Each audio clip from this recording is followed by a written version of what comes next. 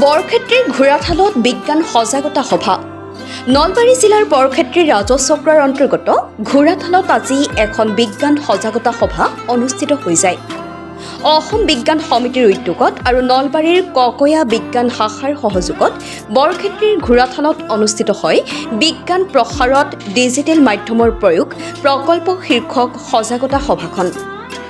ঘোঁৰাঠাল গাঁৱৰ বিশিষ্ট সমাজ হিতৈষী বশিষ্ঠ দাসৰ বাসগৃহত অনুষ্ঠিত সজাগতা সভাখনত ৰমেশ চন্দ্ৰ ৰামচিয়াৰীয়ে অন্ধবিশ্বাস আৰু কুসংস্কাৰ আঁতৰ কৰাৰ উদ্দেশ্যেৰে লিখি উলিওৱা স্বৰচিত গীত পৰিৱেশন কৰি সভা শুভাৰম্ভ কৰে।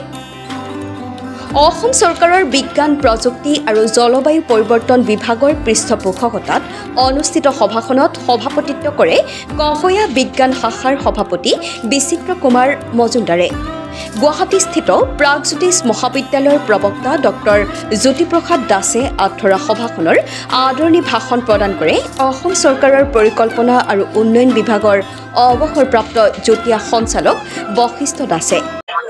অসম চৰকাৰৰ বিজ্ঞান আৰু প্ৰযুক্তি বিভাগৰ সাহায্যত অসম বিজ্ঞান সমিতিৰ কেন্দ্ৰীয় সমিতিৰ উদ্যোগত আৰু ককয়া শাখাৰ আতিথ্যত আজি ককয়াৰ এই ঘোঁৰাঠালৰ বশিষ্ঠ দাসদেৱৰ ঘৰত ডিজিটেল মাধ্যমত বিজ্ঞানৰ প্ৰয়োগ এই শীৰ্ষক কাৰ্যসূচীটো হ'ল অতি থলুৱা আড়ম্বৰবিহীনভাৱে কৰা এটা গাম্ভীৰ্যপূৰ্ণ অনুষ্ঠান আমাৰ ইয়াত অনুষ্ঠিত হৈ গ'ল।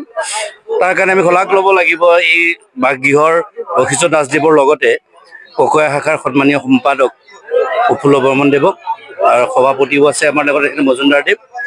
আমি গুৱাহাটীৰ পৰা আহিছোঁ বুলি ক'লে ভুল নহ'ব। মোৰ লগতে যুটীয়া সচিব আৰু সহকাৰী সচিব দুয়ো আহিছে। আচলতে বিজ্ঞান প্ৰচাৰৰ কাৰণে যিটো দৰকাৰ, যিটো প্ৰয়োজন, সেইটো আজি ইয়াত সম্পূৰ্ণ হৈছে যেন অনুভৱ হৈছে। কেলৈ বিজ্ঞান এমুঠিমান মানুহে বিজ্ঞান কৰোঁ আৰু এই বিজ্ঞান কৰা এমুঠিমান মানুহে আজি বিজ্ঞান শুনিছে।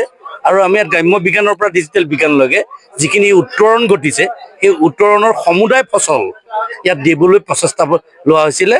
আৰু মই ভাল পাইছোঁ এটা কাৰণে, ঘৰুৱা পৰিৱেশত মিটিং হ'লে ৰাইজে ঘৰুৱা হয় আৰু ঘৰুৱা হ'লে বস্তুটো আপোনতা বাঢ়ে।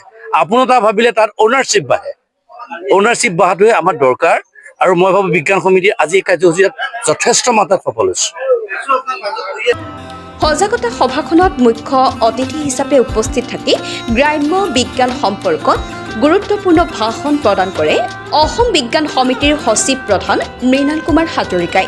সভাত অসম বিজ্ঞান সমিতিৰ যুটীয়া সচিব অৰূপ কুমাৰ দত্ত, দন্ত চিকিৎসক মৈত্ৰী শৰ্মা, অসম বিজ্ঞান সমিতিৰ সহকাৰী সচিব নীলমণি শৰ্মা উপস্থিত থাকি ভাষণ প্ৰদান কৰে।